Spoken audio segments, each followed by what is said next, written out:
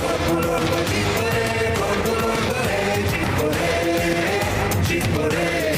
mean, kick it.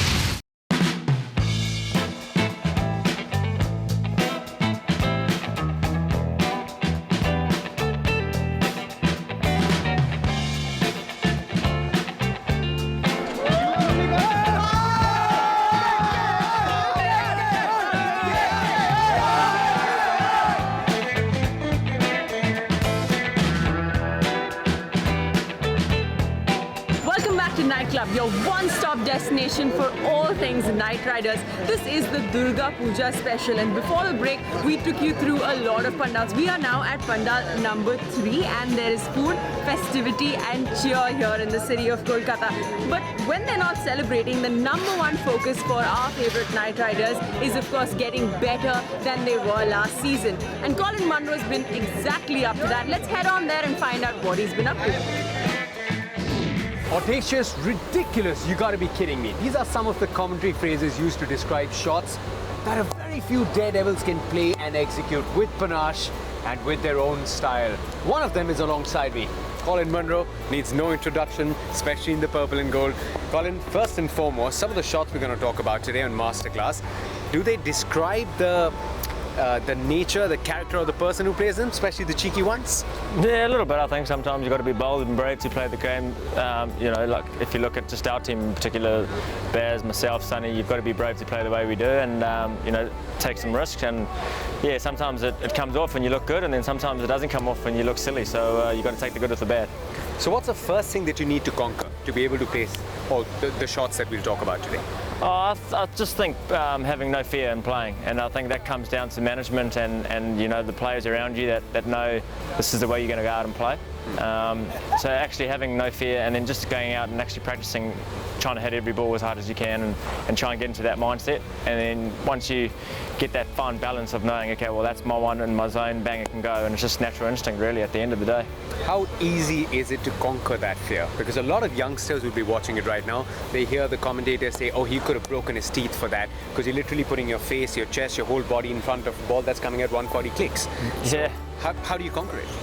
Well, it is a tough one, I think. It's obviously, you look at the youth coming through today and they do it from this high, you know, the scoop shots, and watching McCullum and Dilshan and all those guys playing it.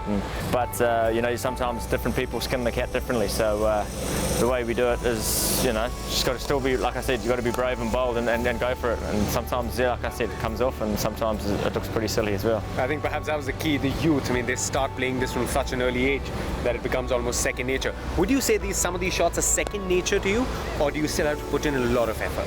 No, I think for me, if I'm trying to play each ball on its merit, you sometimes get away with hitting a good ball for 4, and it just makes the bowler, his margin of error, so much smaller. I think when you look at some players that want to just go and grind and bat for 10, 15 overs, they miss out on a few scoring options. So if you can try and come out and be brave, bold, put the onus back on the bowler and taking that responsibility of being the man to go out and dominate, it just makes that margin of error so much smaller for the bowler. Would you say it's more important for batsmen who operate after the power play to have this in their kitty? Or you don't need to use some of these shots when the field restrictions are on? When do you decide which shot to play and when? Well, I think sometimes in the power play you can just hit good cricket shots because, you know, you can hit along the ground, fall through the offside.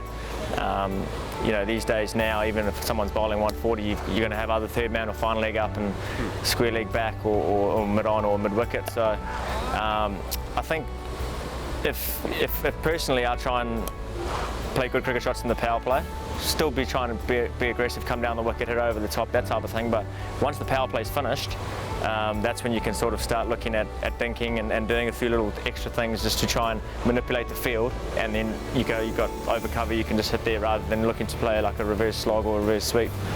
Do you prep before a game? Do you identify bowlers you'd want to target? Yeah, definitely. It also goes on past performances against teams.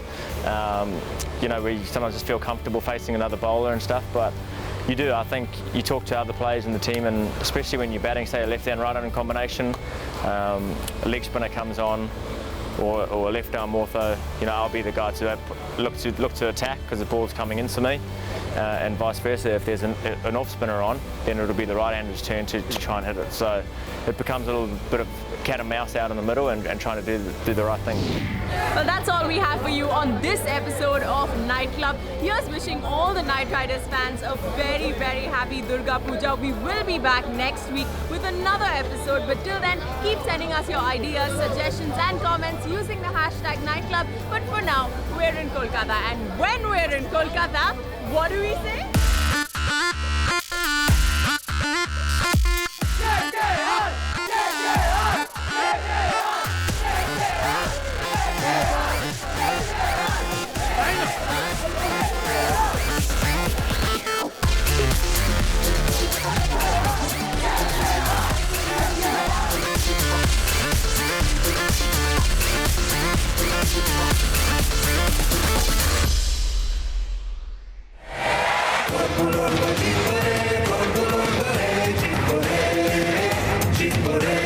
I mean, kick it.